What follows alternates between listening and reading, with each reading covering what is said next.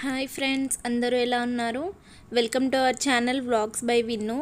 So I know video కొంచెం late అయిందని, because work బిజీలో ఉండి ఈ మధ్యన వీడియో చేయలేకపోతున్నాను. బట్ ఈరోజైతే నేను రీలొకేషన్ గురించి అయితే చెప్దాం అనుకుంటున్నాను. యాక్సెంచర్లో రీలొకేషన్ ఎట్లుంటుందని చెప్పేసి. సో వీడియో స్కిప్ చేయకుండా ఎండ్ వరకు చూడండి.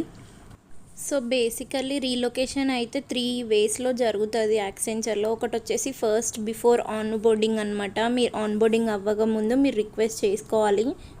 మీకు వీడియోలో చూపించినట్టు ఇలా మెయిల్ అయితే వస్తుంది కదా, నాకైతే కోల్కతా అని మెయిల్ వచ్చింది. సో ఇలా మెయిల్ వచ్చిన తర్వాత మీకు ఒకవేళ లొకేషన్ నాట్ ఓకే అయితే మీరు కింద వాళ్ళు ఇచ్చిన కాంటాక్ట్ ఇన్ఫర్మేషన్కి లేదా హెచ్ఆర్కి మీరు మెయిల్ చేయొచ్చు. అండ్ మీ రీజన్ చెప్పాలి ఎందుకు రీలొకేషన్ కావాలనుకుంటున్నారో.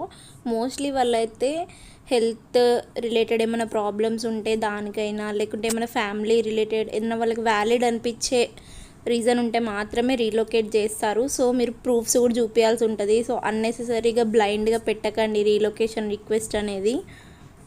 మీరు వ్యాలిడ్ రీజన్ ఇస్తేనే వాళ్ళు యాక్సెప్ట్ చేయడానికి ఛాన్స్ ఉంటుంది.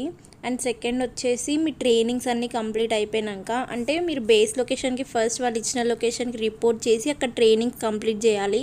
ఆ తర్వాత మీకు ప్రాజెక్ట్ అయితే అలొకేట్ చేస్తారు. ఆ టైంలో కూడా మీకు రీలొకేట్ అయ్యే ఛాన్స్ ఉంటుంది. నేనైతే కోల్కతా నుండి హైదరాబాద్కి ఇలానే రీలొకేట్ అయ్యాను. అండ్ అప్పుడు మీరు మీ మేనేజర్తో మాట్లాడుకోవాలన్నమాట, నాకు ఇలా రీలొకేషన్ కావాలని. వాళ్ళకి యాక్సెప్ట్ అయితే మీకు రీలొకేషన్ అనేది ప్రొవైడ్ చేస్తారు.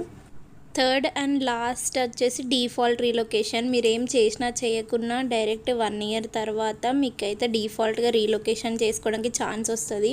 అప్పుడు వచ్చేసి మీరు మీ హెచ్ఆర్తో మాట్లాడుకొని ఆ రిక్వెస్ట్ అనేది అప్రూవ్ చేయించుకోవాలి, అంతే. ఇది 3 టైప్స్ ఆఫ్ రీలొకేషన్ అనమాట. ఏదైనా మీరు ట్రై చేయొచ్చు. సో మోస్ట్లీ ఫస్ట్ వచ్చిన లొకేషన్కి రిపోర్ట్ చేయడానికి ట్రై చేయండి, తర్వాత రీలొకేట్ చేసుకోండి. ఫస్ట్ రీలొకేషన్ అని వెళ్తే కొంచెం ఆన్ బోర్డింగ్ దగ్గర ఇష్యూస్ రావచ్చు, లేట్ కూడా అవ్వచ్చు. So I don't recommend that.